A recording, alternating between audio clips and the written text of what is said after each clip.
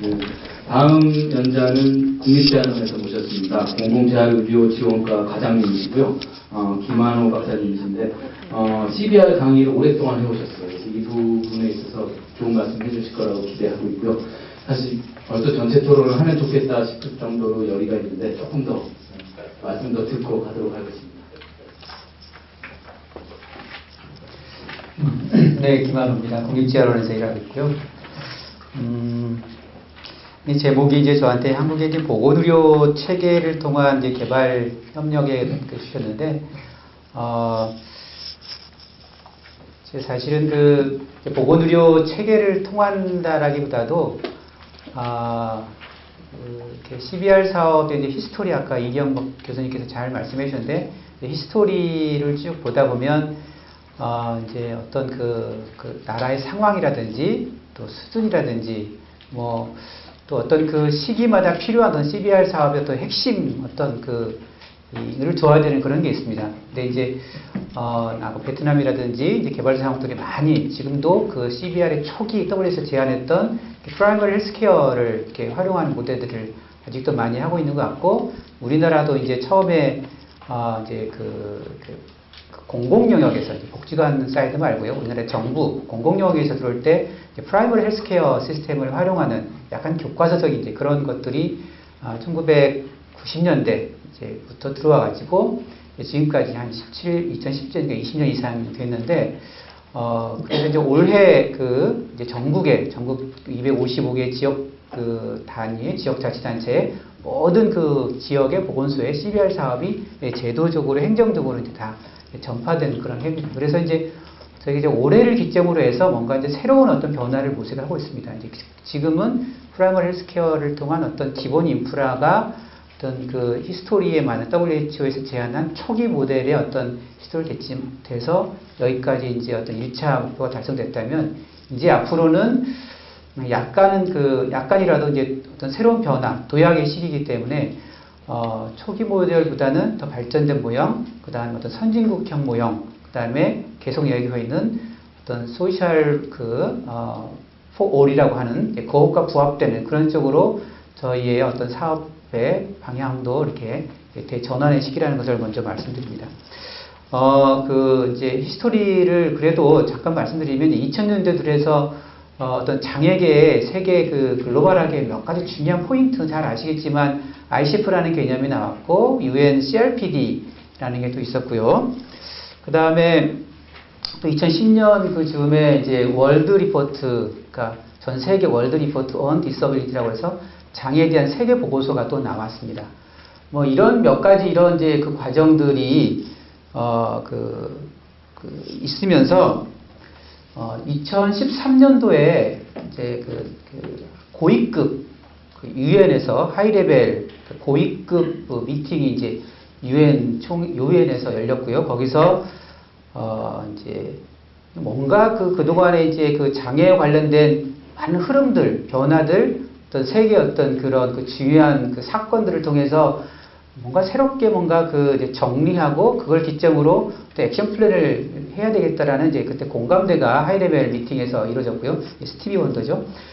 반기문 사무총장도 계시고 거기서 뭔가 그러면 WHO에서 주도해서 뭔가 어떤 장애인들의 앞으로 향후 몇 년 동안 몇십 년 이후의 삶을 내다보는 글로벌한 액션 플랜이 이제 필요하겠다라는 것들이 이제 그때 제기가 돼서 세계보건기구에서 국제장애 행동계획이라는 것들을 2013년부터 이렇게 이제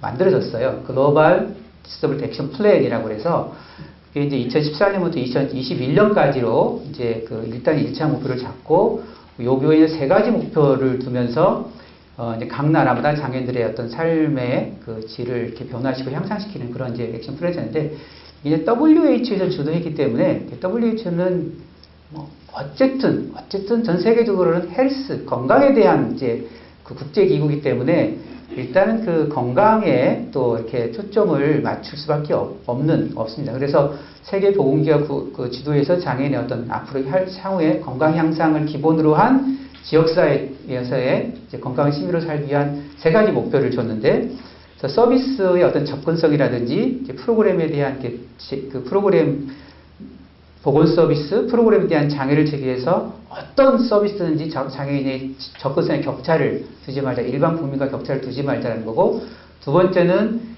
그 나라마다 이제 각 나라의 어떤 재활의 컨텐츠 서비스들을 아주 수준을 이렇게 높이자라는 건데, 뭐 훈련, 재활, 뭐 보조기술, 협력 서비스, 거기에 이제 CBR이 들어가 있습니다.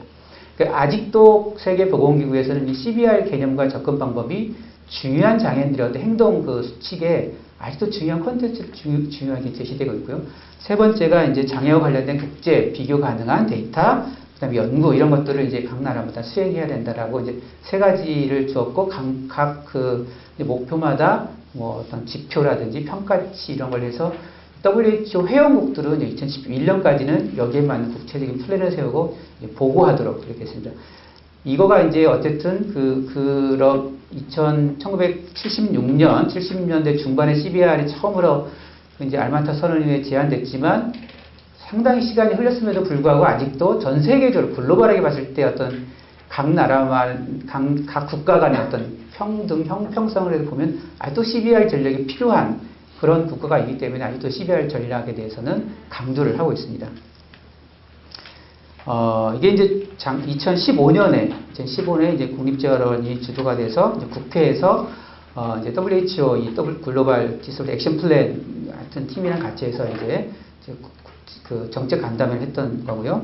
그다음에 작년에 이제 국립재활원이 이제 그동안 이제 WHO랑 여러 그 협력 사업을 이제 경험해 오면서 WHO에서 저희 이제 기관에 이제 요청을 해서 WHO 공식 협력센터 역할을 좀 해줬으면 좋겠다라고 이제 얘기를 해서 몇 년 동안 준비를 해서 협력센터로 이제 지정을 받았습니다. 그래서 이제 그 어떤 차원에서 작년 연말에 그 아시아 국가에 있는 한 20여 개국의 장애 전문가 분들을 모셔서 어떻게 각 나라마다 그 장애와 재활들이 그 나라의 어떤 보편적 시스템에 포함되어야 되는지에 대해서 한 2박 3일 정도 같이 워크숍하고 회의를 했던 그런 것입니다. 그리고 또 이건 좀 어떤 게 국제적인 흐름을 제가 몇 가지 말씀드릴 겁니다. 그리고 올해 2월 달에 이제 제네바 WHO에서 다시 그 스테이크홀더 미팅이라고 해서 전 그 세계에 있는 이제 장애와 재활에 이렇게 이제 전문가들 내지는 그 활동가들, 당사자분들 이런 분들이 한 200여 분이 모이셔가지고 어떤 이제 그 스테이크홀더 미팅을 좀 했습니다. 그래서 그 SDG 있잖아요. 이렇게 이제 국제 협력 어떤 그 목표 아젠다의 고를 달성하기 위해서 어떻게 장애가 그 안에 포함돼야 되는지, 그리고 그것이 어떻게 구체적으로 각 나라마다 실현돼야 되는지에 대해서 2030년을 내다보고, 그러니까 우리가 2017년인데 앞으로 한 13년을 내다보고 2013년도쯤이 됐을 때는 Sustainable Development Goal, 이제 국제 협력 골이죠. 거기에 입각한 장애인들의 삶이 어떻게 변화해야 되는지에 대해서 이제 거기서 이제 그 어떤 그 결의문 같은 것들을 이렇게 채택했었습니다. 그래서 여기서 중요하게 생각했던 것들이 하나가 재활은 어떤 그 나라의 보편적인 시스템에 들어가야 된다. 여기도 보면 리해빌리테이션에 특히 이제 헬스 시스템에 어떤 독립되거나 차별되지 않고 어떤 그 일반인과 구별된 시스템이 아니라 일반적인 보편적인 그 시스템 내에 재활이 아주 그 자연스럽게 들어가서 접근성이라든지 어떤 서비스의 콘텐츠라든지 퀄리티라든지 이런 것들이 격차가 발생하지 않도록 들어가야 된다라는 그런 선언문을 제가 했습니다. CBR은 아까도 이제 그럼에도 불구하고 지금 이렇게 국제적인 많은 여러 가지 장애 관련돼서 어떤 사건이라든지 아니면 어떤 변화의 어떤 변곡점들이 있는데 아직도 CBR은 이제 그 전 세계의 관점에서 보면 아주 중요한 접근 전략을 포기 못하고 계속 강조를 합니다. 물론 각 나라의 어떤 그 상황이나 현실에 따라서 CBR이 아직도 중요한 어떤 전략으로 채택되는 데도 있고 변형된 또 CBR로 채택되기도 하지만 어쨌든 그럼에도 세계보건기구에서는 장애인들의 삶과 건강의 향상을 위해서는 CBR이 이제 아직도 의미 있고 중요하다라는 것들을 계속 강조를 하고 있고요.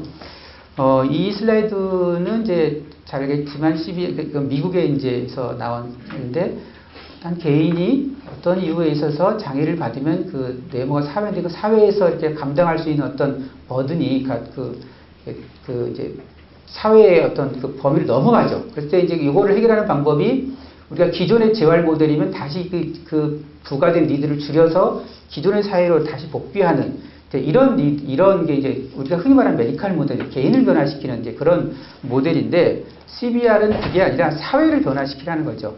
개인을 변화시키는 것도 뭐 필요 없다라는 게 아니라 개인을 변화시키는 거는 이제 온전하게 그 개인의 어떤 장애로 발생한 필요가 사회가 부과됐을 때 그걸 해결하는 것들이 한계가 있기 때문에 그럼에도 불구하고 부과된 이들을 그대로 인정하고 사회가 이걸 수용하는 어떤 그 변화를 갖는 게 진정한 어떤 재활이다라고 해서 이것이 이제 어떤 그 사회적인 환경의 어떤 변화를 가지고 있고 이게 이 모델과 이 모델을 뭐 누가 더 어떤 모델이 더 중요한 게 아니라 두 개 다 병행해야 되는데 기존에 이제 아래 모델이 중요한 재활의 컨셉이었지만 이제 앞으로는 요 모델에서 해결하지 못하는 부분이 많기 때문에 개인의 변화 플러스 사회의 수용성을 늘리는 이제 CBR 지금 이제 디벨로먼트라는 개념까지 가는데 이런 CBR의 개념들이 필요하다라는 것들이 있습니다. 그래서 CBR은 이제 저희가 프라이머리 헬스케어 우리나라 상황에 맞춰서 프라이머리 헬스케어 보건소를 통해서 하지만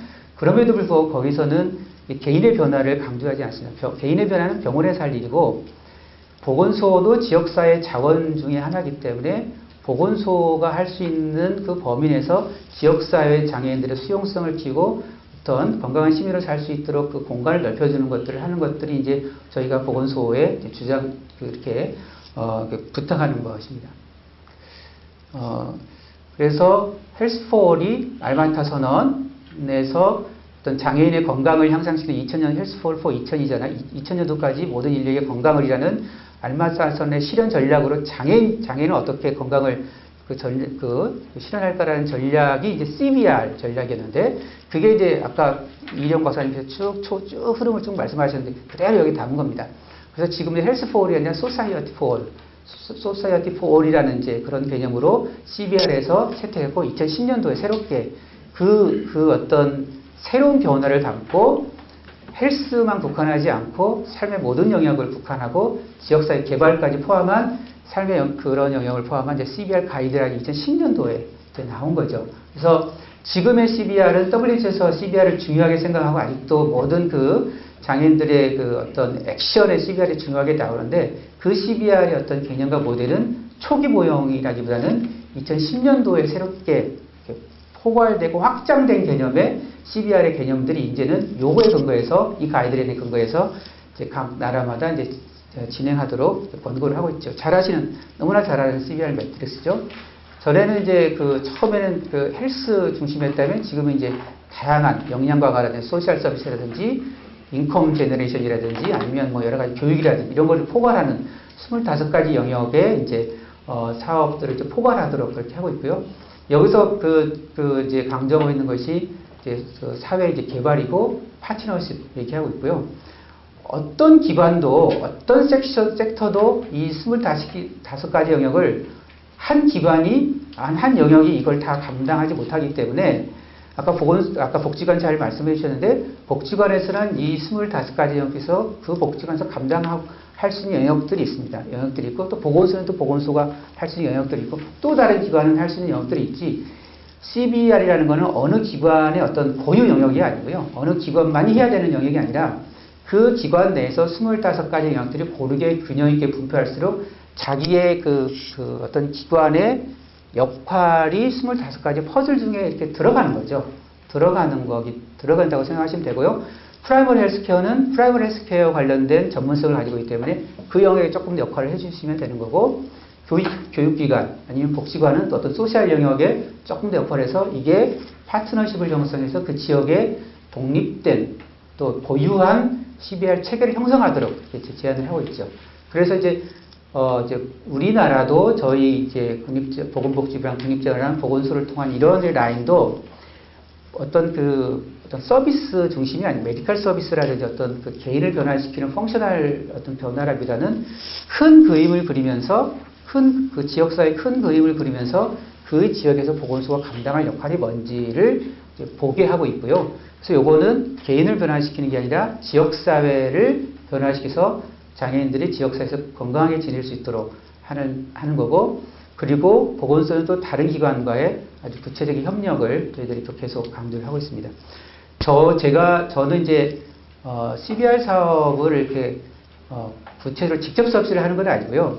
이제 우리나라 그 재활, 이제 체계 내에서, 이제 CBR 사업들이 잘 정착할 수 있도록 전체를 흐름을 보기 때문에 저 이제 구체적인 서비스의 내용들을 저희가 말씀드리지는 않고요. 큰 체계 정도만 이제 말씀드리는 겁니다. 그래서 이제 이 표는 어떻게 우리나라에서 CBR 사업들이 국제적인 흐름과 또 국내 다른 장애 영역의 발전과 같이 동반돼서 CBR 이렇게 맞춰서 변화됐는지를 이렇게 일목요연하게 변화되는 편인데요. 다른 거는 뭐 다 여러분 너무나 잘 아시기 때문에 쭉 넘어가시고요.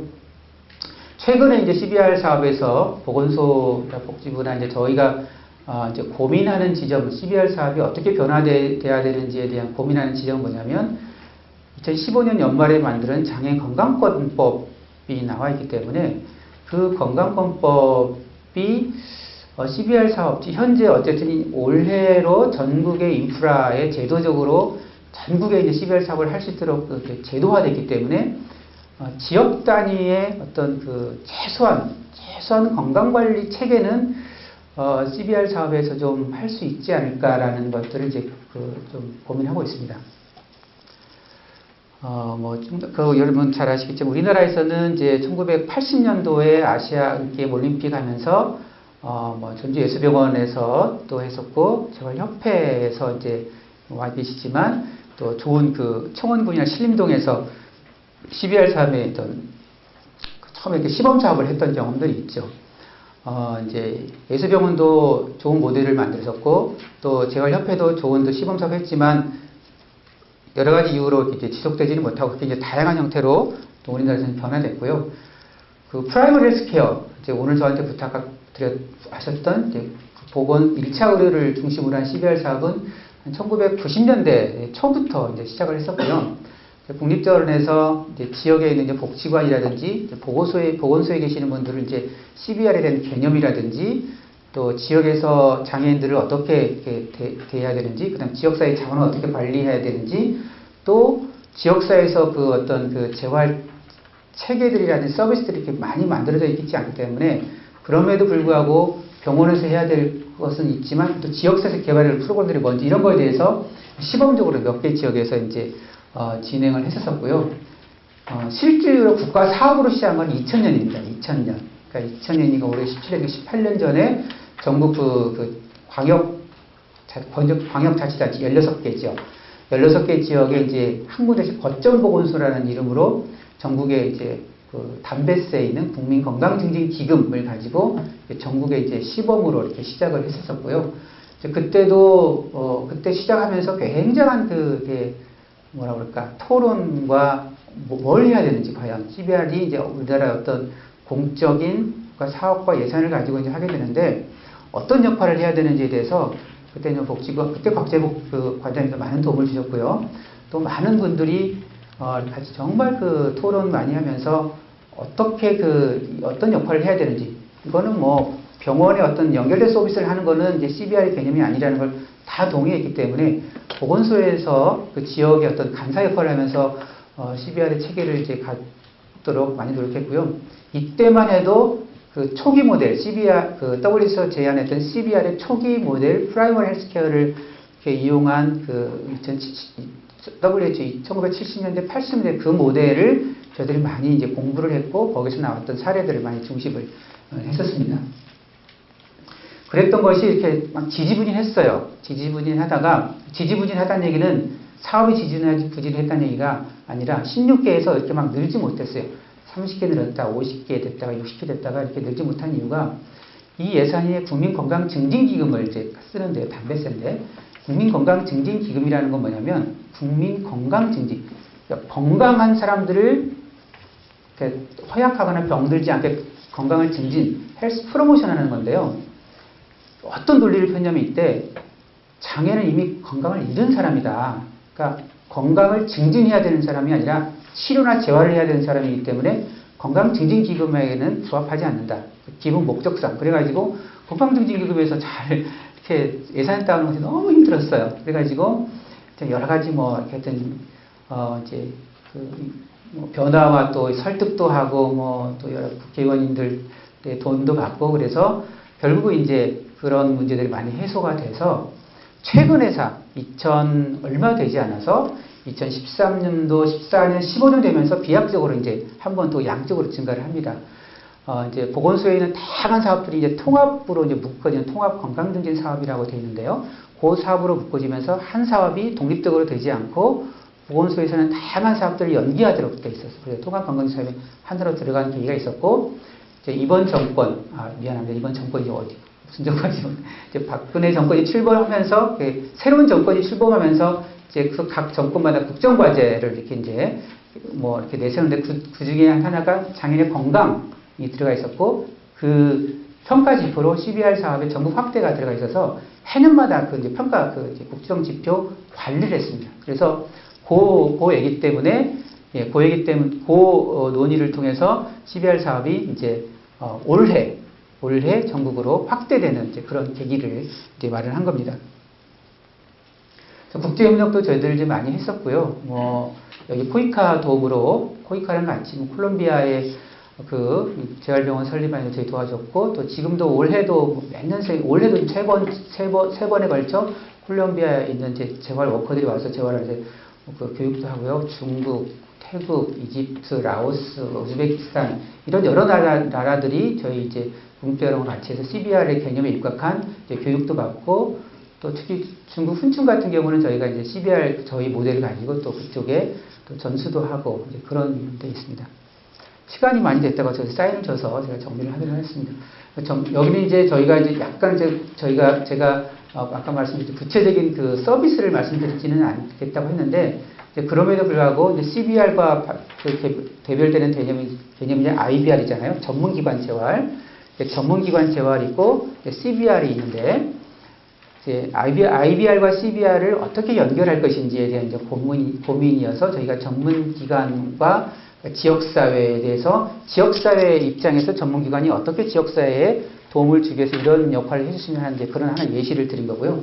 또 하나는 이제 보건소 사업으로 하지 말고 이게 지역사회 중심 재활 사업이기 때문에 보건소가 예산은 가고 거기서 어떤 사업의 어떤 역할을 하지만 결국은 이제 지역사회를 바라보는 사업으로 가라고 해서 이제 지역사회를 바라보는 여러 가지 예시를 줬고, 그 다음에 장애인은 지역사회에서 그러면 어떤 그 참여를 해야 되는지, 지역사회에서 장애인들이 참여할 수 있는 공간과 역할과 이제 어떤 그 방법들에 대해서 저희가 이제 했던 몇 가지 경험들을 쭉 나열한 겁니다. 복지관에서 잘 말씀해 주셨고, 복지관과 크게 다르지 않지만 여기서는 이제 프라이머리 헬스케어 기관이기 때문에 그 어떤 건강의 콘텐츠가 조금 가미됐지만 그럼에도 불구하고 개념은 이제 지역사회 참여와 지역사회 활동의 역할을 뒀었고요. 예, 건강관리 프로그램도 있습니다. 주민 참여도 있고요. 마칠게요. 그래서 저희가 이제 CBR 사업이 여러 가지 논란도 있습니다. 저희가 이제 CBR 사업을 제가 아니라 이제 국립대에서 하다 보면 아까 이정 교수도 말씀하셨지만 재활의과 의사들 사이에서도 상당히 그 논란과 또 이렇게 또 여러 가지 이견들이 있습니다. 이게 정말 필요한 사업이냐, 우리나라 같은 상황에서 그리고 이제 그런 재활 의료 내에서 논란이 있고요. 또 하나는 장애 관련하는 어떤 그 전체적인 또 활동가들이라든지 또 그분들과에도 왜 CBR을 보건소에서 하냐, 복지에서 해야 되냐, 이런 얘기들도 많이 하고 있고요. 또 하여튼 우호적인, 그리고 이제 IL을 해야지 왜 CBR을 하냐, 이런 얘기도 있고 그렇습니다. 그래서 CBR 사업을 할 때 이렇게 우호적인 것보다는 상당히 많은 어떤 비판적 지지라든지 다른 견해를 말씀해 주시는 분들이 많았지만, 그럼에도 불구하고 저희는 어떤 프로그램으로서 CBR이라든지 어떤 서비스 내용으로 CBR이 아니라 지역사회에서 장애인들이 이렇게 정말 그냥 건강한 삶을 살기 위해서는 어쨌든 보건소가 역할을 해야 되지 않느냐. 그래서 누가 더 잘하고 누가 못하고 누가 해야 되냐, 이게 아니라 주장하는 데서 하시면 돼요. 하시면 되고 여기서도 하시고 그걸 통해서 전체 그림을 그려나가면 되지, 어디는 배제하고 어디는 더 잘하고 이런 개념이 아니어서 보건소도 보건소 나름대로 충분히 할 만한 가치가 있고 할 수 있는 역량들이 있고 또 해야 된다라는 것들이 이제 저희 생각에서 그 나름대로 이제 CBR 사업을 좀 저희들이 지금까지 해왔었고요. 그게 사실은 그 아까도 전에도 말씀드렸지만 국제사회에서도 CBR을 하시는 그 WH랑 저희가 이제 협력센터이기 때문에 이렇게 계속 연결해서 이런저런 얘기를 듣는데 한국의 모델들, 그 보건소에서 하는 모델들이 또 어떤 측면에서 상당히 좋은 모델로 됩니다. 특히 이제 베트남이라든지 이런 아직 언더 디벨롭먼트 컨트리, 그러니까 그런 사회에서는 한국의 모델들이 상당히 그렇게 좋은 모델로 평가받고 그걸 좀 하고 싶어 합니다. 그래서 저희들이 이제 그런 모델들이 이제 저희들이 했던 경험들을 이제 그런데 좀 같이 공유를 할 생각이고 또 하나 저희 도전은 아까도 처음 말씀드렸지만 그럼에도 불구하고 저희들이 한 도전은 이제는 한국의 CBR 사업은 이제 어떤 그 기존 모형을 했지만 이제 2010년도에 나온 새로운 뉴 가이드라인에 입각한 이제 새로운 모델을 저희 고민하고 있고요. 또 하나는 이제 선진국 문턱에 들어서기 때문에 선진국형 CBR의 어떤 모형을 저희들이 이 CBR의 개념에 넣으려고 지금 같이 고민 중입니다. 네, 이상 말씀드렸습니다. 감사합니다. 제가 조금 고민이 돼요. 지금 질문을 받으면 너무 질문이 많을 것 같고. 그래서 저희 전체 토론 시간 같이 참여해 주실 수 있으시죠? 김만호 선생님. 그러면 그때 질문 많이 해주시고요. 저희 10분만 쉴게요. 그래서 11시 5분에 다시 시작하겠습니다. 아니면 11시 7분. 감사합니다.